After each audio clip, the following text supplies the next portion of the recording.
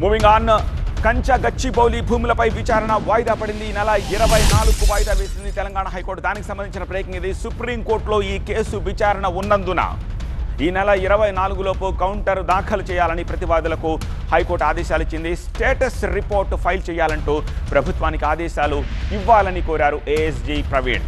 Fake వీడియోలు, forest తగలబెట్టిన వీడియోలపై పోలీసులు counter దాఖలు చేస్తారని ప్రభుత్వ న్యాయవాది చెప్పినట్టుగా తెలుస్తోంది. దీనికి సంబంధించి మరింత సమాచారం, పూర్తి సమాచారం అందించేందుకు మా ప్రతినిధి విజయ్ ప్రస్తుతం మనకి అందుబాటులో ఉన్నారు. విజయ్, ఏమిటి కోర్టు లేటెస్ట్ గైడ్ లైన్స్? ఇప్పుడు నేను చెప్పిన పాయింట్స్ కాకుండా ఇంకేమున్నాయి? తెలంగాణ హైకోర్టులో ఈరోజు కంచె గచ్చిబౌలి భూముల వ్యవహారం పైన విచారణ జరిగింది. ఈ విచారణ సందర్భంగా సుప్రీంకోర్టులో ఉన్న ఆర్డర్ ఏదైతే ఉందో దానిపైన పూర్తి స్థాయిలో ఈ కోర్టుకు నోటీసులో ఉంది.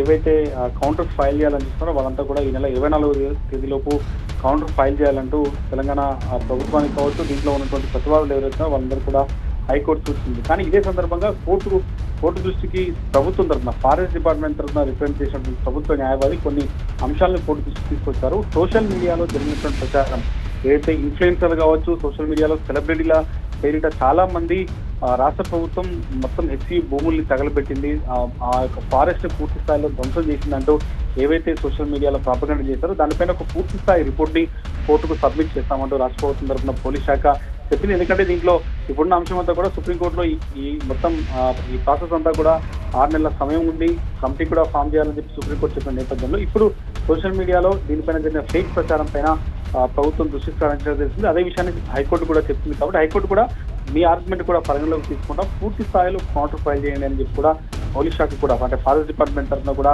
ఆదేశాలు ఇచ్చింది. దీంతో 24వ తేదీన ఈ కేసుకు సంబంధించిన విచారణ మరొకసారి జరిగే అవకాశం ఉంది. అప్పుడు ప్రభుత్వం ఏమనుకుంటుంది, ప్రభుత్వం చేయాల్సిన చర్యలు, ఈ పూర్తి స్థాయి పోలీస్ రిపోర్ట్ కూడా 24th రోజు తెలంగాణ హైకోర్టు విచారణ జరిగే అవకాశం ఉంది.